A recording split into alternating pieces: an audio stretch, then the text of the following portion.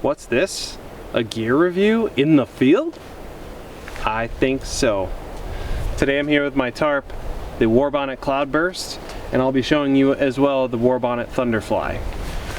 This is my gear tarp, and I bought it initially as just a shelter tarp, survival tarp, bushcraft tarp, and so far it's worked out quite well as a gear tarp, and I have even used it for hammocking as well. What I like about this tarp is that it's durable. It's got some sill nylon that makes it quite durable. It does sag a little bit with water, and it does seem to hold on to water a little bit, but that hasn't been a huge issue for me. It comes with a stuff sack, but I replaced it with a double-ended stuff sack that I can use when the hammock is in, or the tarp is in its snake skin, and I'll show you that in a second. This tarp, I believe, has an 11-foot ridge line, and so it's a decent size for sure, and I think it's 5 or 6 feet on each side, so 11 by 10 or 11 by 12. The tarp features an integrated ridge line that has some O-rings on it, or split rings, that allow you to just tie it straight out, and you don't need to use cordage to tie a ridge line yourself, which makes it pretty easy to make an A-frame like this, but you can still lay it out flat if you really want to. This tarp features multiple D-rings, or triangles, whatever you want to call them, for tie-outs. One on each 4 corners, but also one in the center to help pull out the tarp in windier conditions.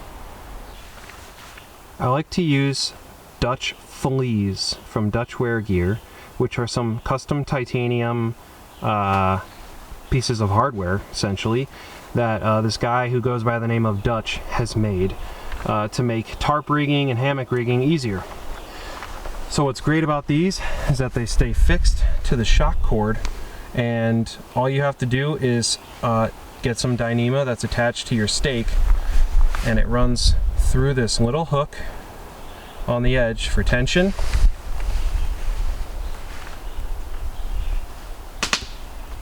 And then you wrap it around the antenna and behind the wing. And that's all you got to do. And it allows you to have, oh, that needs to focus.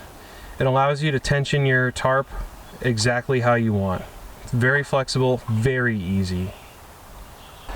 Another piece of hardware from Dutch that I use is the tarp flies, which is very similar to the flea. You rig it on your ridge line, it goes through the 2 holes you can see there on the right, and then it kind of locks into place. And then Dutch has great instructions for this video that he made. And then you again hook it through that hook, and you pull it for tension. Then you wrap it around that antenna and cinch it behind the wing, and that locks your ridgeline into place and allows you to get your tarp nice and tight without having to tie any knots at all. And that fixes directly to the split ring on the integrated ridgeline of the Cloudburst hammock, or Cloudburst tarp, and I believe all the tarps that Warbonnet makes. That is a simple square knot, I'm pretty sure. You can tie whatever you're comfortable with just to fix it to the O-ring. Now let me show you how easy it is to take this tarp down and to set it up using the snake skin or mesh sleeve. You can get this from Hammock Gear, and a couple other people make this as well. Pretty cheap, but incredibly effective. I'm just going to undo my fleas here because I'm ready to go. Again, the fleas are incredibly easy to use. You hook them, unhook them, super easy to create tension, very easy to undo.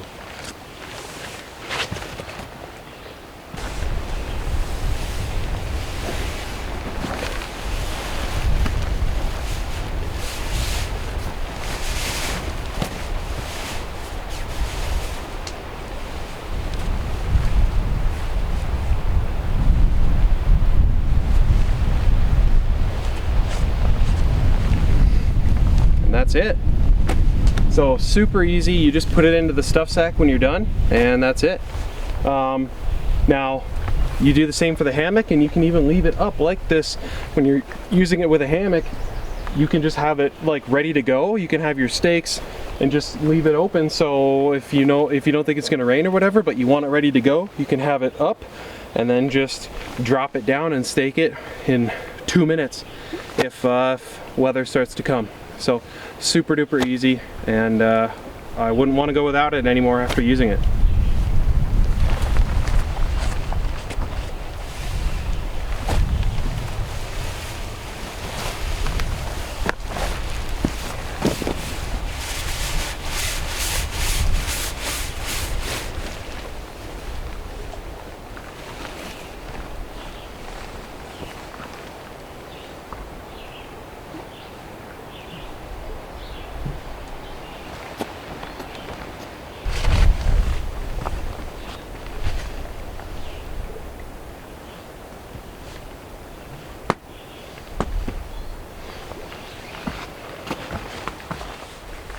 There we go.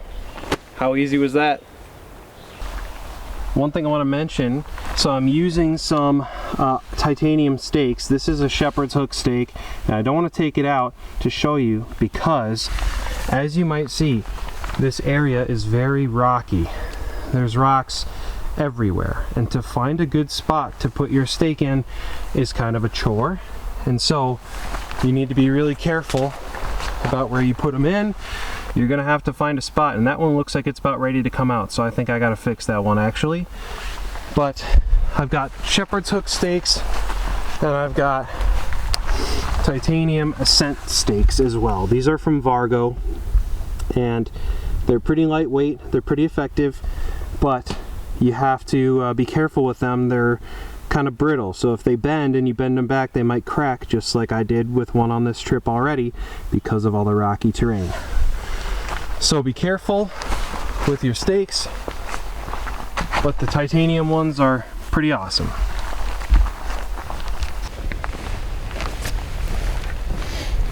Now there's not a whole lot else to show you with this one because I do the exact same thing with this one. I've got Dutch fleas for the tarp tie-outs, and with shock cord I'm using Dyneema cord for my stakes, using titanium ascent stakes for this one. And this is the Warbonnet Thunderfly in the sil poly version. Instead of sil nylon, it's sil poly or sil polyester. It makes a different noise when it rains on it. Sounds a little more crackly.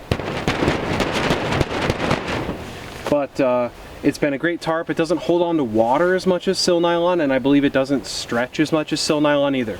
This is a more expensive offering, but I think it is a little bit lighter, and I like it. The camo is cool, but I could go with brown, I could go with green, doesn't really matter, but I did like the camo option, so that's what I went with, and I've liked it so far. Again, you have O-rings or split rings at the edges for the integrated ridgeline, and it's basically the same old story.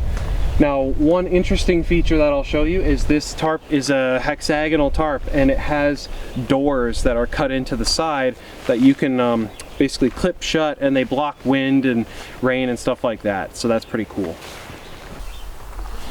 Now, as I mentioned, this tarp has doors on it, so that's these little guys here, and when you do it right, I haven't done it right, but it comes with these titanium clips.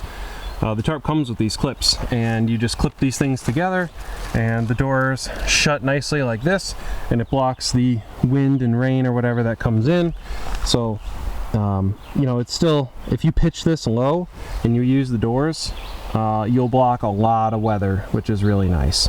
So the doors are a really cool feature. I don't always use them, and when I'm not using them, instead of them being folded down like this, you unclip it and you just fold them up onto the top of the hammock, and then they sit pretty nicely and they don't catch too much wind or flap around. So very cool feature specifically for hammock tarps, and the Cloudburst doesn't have them because it's designed to be used with larger hammocks that maybe don't support the doors, for example.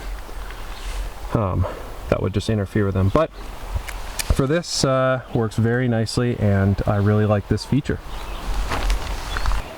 I hope you found this video useful. I really enjoy these tarps. If you have any questions, please leave them in the comments. Any feedback, please let me know. If I'm wrong about any of this, I'd love to be proven wrong. Just you know, sometimes you forget the specs or whatever. So anyway, hope you enjoyed this in the field review of these tarps. And again, if you have any questions, comments, feedback, please let me know in the comments. Please like this video if you liked it. Subscribe if you want to see more gear reviews, more in the field reviews, more camping and canoe tripping, hiking, backpacking, and I'll see you next time. Thanks for watching.